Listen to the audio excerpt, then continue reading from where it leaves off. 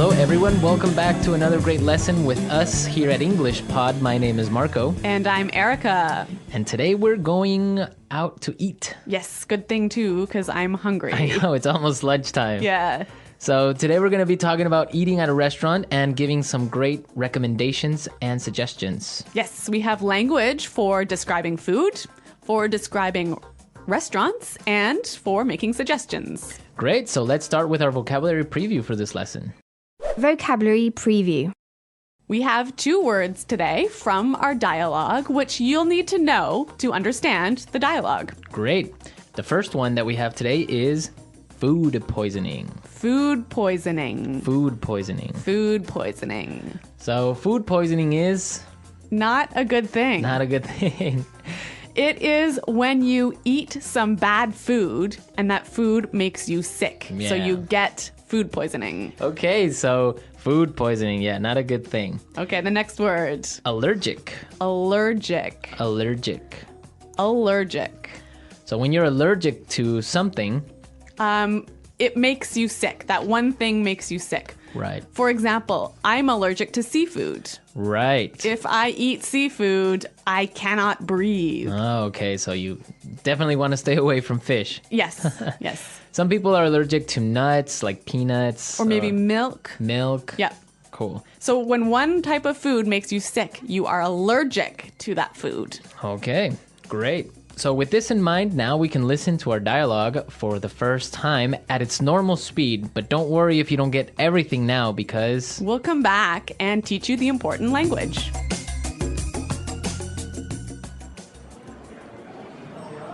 Do you two have any plans for the evening? We were thinking of checking out a restaurant in the neighborhood. Do you have any suggestions? I know this really nice Italian place. The food is fantastic and the decor is beautiful. I'd recommend giving it a try. Actually, I'm not all that crazy about Italian food. I'm in the mood for something a bit lighter. In that case, I know a great little bistro. They make a really tasty seafood platter. The fish is outstanding. It sounds fantastic, but I'm allergic to seafood, so... Okay, well, let me think. Oh, I know this great little place. It's just a hole in the wall, but they do the most amazing sandwiches. You've got to give them a try. Ella, you took me there last time I visited, and I got food poisoning, remember?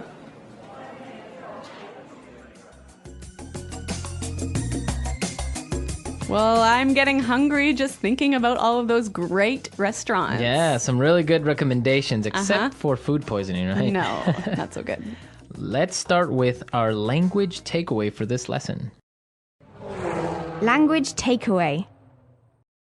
Our first word on language takeaway is check out. Check out. Check out. Check out.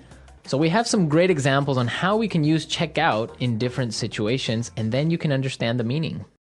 Example 1.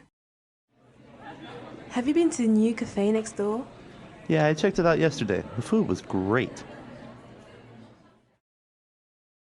Example 2. Hey, check out my new car. Example 3. I'm going to check out that new shopping mall this weekend. So I can understand that it just means look at. Yeah, look at. Or go see. So let's go check out that new bar in town. Yeah, okay, Okay. cool. Next word is bistro. Bistro. Bistro. Bistro. So what's a bistro? It's kind of complicated, but it's like a small restaurant that's not really cheap though. Not so cheap, but not so expensive. Uh-huh. And it's usually French. Yes. So it's Yeah, small informal restaurant. yeah, bistro. Mm-hmm. Okay. So our third phrase for today is not all that crazy about. Not all that crazy about. I'm not all that crazy about. Okay, again, kind of a funny phrase, but we've got some examples that will help you understand the meaning. Example 1. Do you want to go shopping with me tomorrow? I'm not all that crazy about shopping. I don't like spending money. Example 2. I'm not crazy about jazz music, Can I change the song? So this is just a really polite way of saying you don't like something. Exactly. But now the opposite of this would be tasty. Tasty. That's our fourth word, tasty. Tasty. So when something is tasty, It's good. it's good. Like delicious. Delicious. Yeah. You know what? In English, we almost never say the food is delicious, but we always say, It's really tasty. yes. This is really tasty. Yes. Okay. Tasty. And our last phrase for language takeaway, in the mood for. In the mood for. In the mood for. Let's listen to some examples of this phrase and we'll understand the meaning a little bit better. Example 1. We always eat hamburgers for dinner. I'm in the mood for something different. Example 2. Let's watch a movie. How about Texas Chainsaw Massacre? I am not in the mood for a horror movie.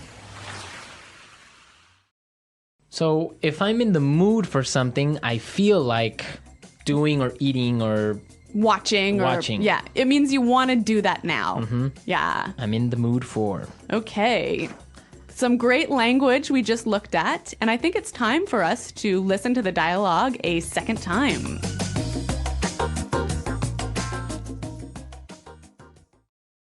Do you two have any plans for the evening? We were thinking of checking out a restaurant in the neighborhood. Do you have any suggestions? I know this really nice Italian place.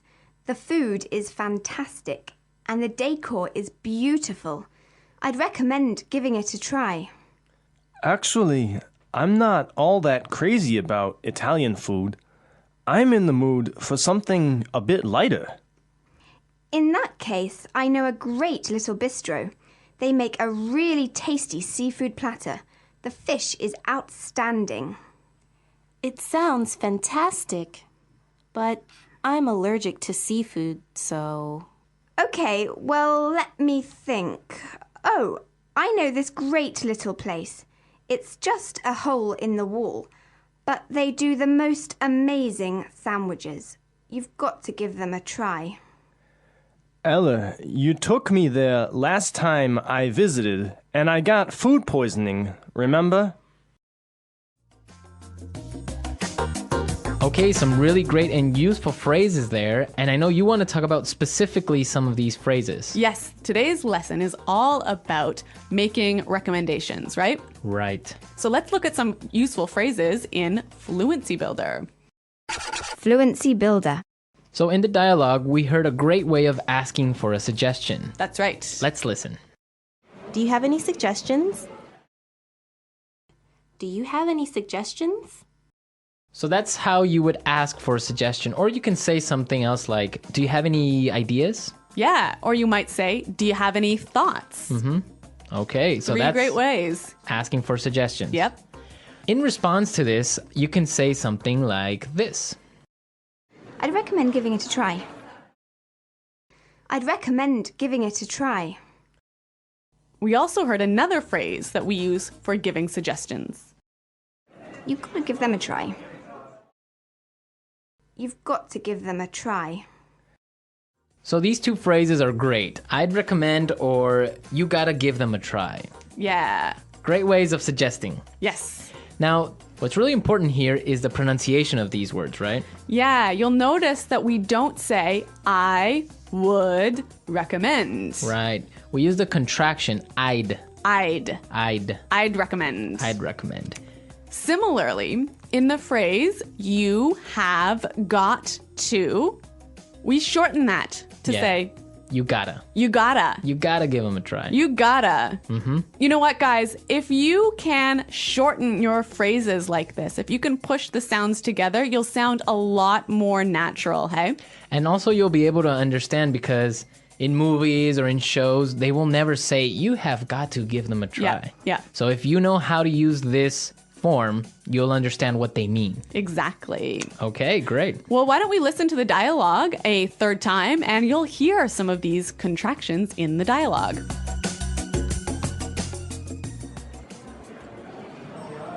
Do you two have any plans for the evening? We were thinking of checking out a restaurant in the neighborhood. Do you have any suggestions? I know this really nice Italian place. The food is fantastic and the decor is beautiful. I'd recommend giving it a try.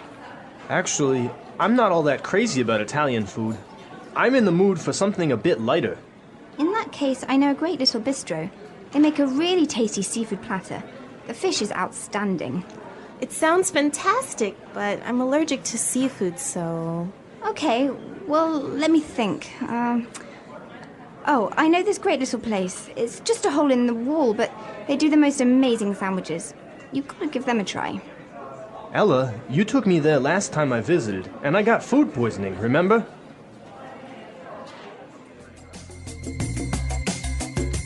Okay, great dialogue. And Erica, I know that you have some food poisoning stories for us. Well, I don't know about stories, but I've definitely had food poisoning before. Yeah. One of the worst times that I ever had food poisoning was when I was traveling in Morocco. Okay. I had some really amazing orange juice, really fresh, squeezed that day in the morning. And then I got on a bus. Okay. I think you can see where this is going. Yeah, so I was on the bus and then I started to feel really sick. And I was just hoping that the bus ride would be over soon. Yeah. But unfortunately it wasn't. Oh, no. All I can say is that I was sick. And all I can say is that I was pretty sick and really, really unhappy. Yeah, I bet. Well, that's very strange that you got sick from orange juice, huh? Well, yeah, maybe it was with some dirty water or something like that. I don't know. It was a terrible situation. Yeah, it's always complicated when you're traveling to other countries. It could be the water. It could be the way they prepare things. So Yeah. Food poisoning. Guys, I hope that you don't get food poisoning. And if you have any food poisoning stories, it would be great for you to share them. Yes, at our website, EnglishPod.com. And we'll see you there to answer all your questions and comments, but now we have to go. Okay, guys, thanks for listening. We'll see you there. Bye-bye. Bye.